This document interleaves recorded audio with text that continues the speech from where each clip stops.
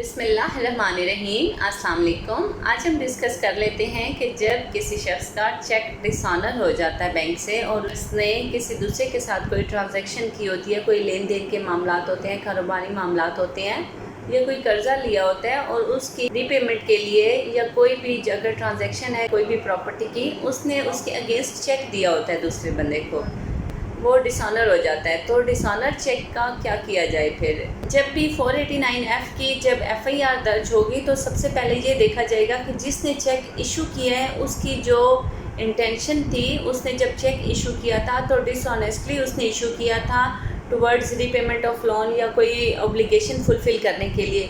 अगर तो उस वक्त उसकी कोई ऐसी इंटेंशन नहीं थी, डिसऑनेस्टली नहीं थी और बात की वो साबित कर देता है बैंक में कि मैंने बैंक में ये कह दिया था कि चेक को ऑन किया जाए, तब 489F एप्लीकेबल नहीं होगी।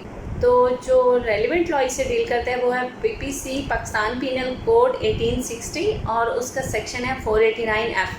489F के बारे में तो रूटीन में अगर चेक डिसऑनर हो जाता है तो कहते हैं मीमो लगवा के 489F लगवा लें, तो 489F सेक्शन लग जाएगा और कोर्ट से बाई से भी हो जाती है, तो FIR की रजिस्ट्रेशन के ना आर्डर मिल जाते हैं। तो इस तरह से है इसमें कि पनिशमेंट जो इसकी बताई गई है 489F में वो तो 3 साल तक की है और फ़ाइन भी है, या दोनों इकट्ठी भी हो सकती हैं, या सिर्फ सज़ा भी हो सकती है और सिर्फ जुर्माना भी हो सकता है। लेकिन इसके साथ साथ रिकवरी जो है वो यहाँ से नहीं होगी।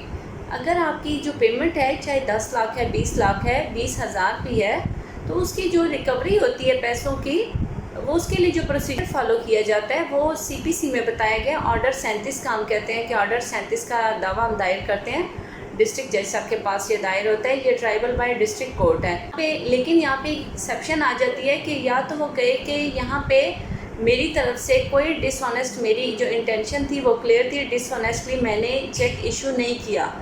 अगर स्टार्ट से ही उसकी जो इंटेंशन है डिसऑनेस्ट, उसको इशू करता है चेक किसी दूसरे पर्सन को और उसे अपना काम निकलवा लेता है, पैसे भी ले लेता है या कोई भी ट्रांजैक्शन कर लेता है, और जब इसकी पेमेंट की बारी आती है तो वो इनकार कर देता है। फिर यहाँ पे जो उसकी पनिशमेंट है वो 3 ईयर्स है।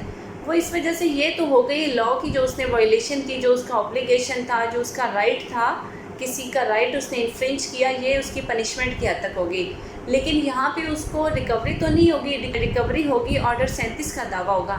अक्सर लोग सिर्फ 489F पे मीमो लगवा के और वहाँ से वो FIR करवा देते हैं, फिर ट्रायल चलता रहता है और एंड पे कहते हैं कि ये हमें तो पैसे मिले नहीं, तो पैसे मिलते भी नहीं। जो 489F है इसमें बिल्कुल पैसे नहीं मिलते, पैसे सिर्फ ऑर्डर 37 का दावा करने से ही मिलेंगे। तो जब भी आप 489F की प्रोसीडिंग स्टार्ट करें, FIR की तरफ आएँ, तो आप लोगों को डिस्ट्रिक्ट कोर्ट में आप लोगों को ऑर्डर 37 का दावा रिकवरी के लिए दायर कर देना चाहिए, क्योंकि जो प्रोसीजर है वो सिविल प्रोसीजर कोड का अडॉप्ट होगा। निगोशिएबल इंस्ट्रूमेंट एक्ट में क्लियरली बताया गया है कि इसकी जो रिकवरी का प्रोसीजर है वो जो प्रोसीजर CPC में बताया गया है वो फॉलो किया जाएगा।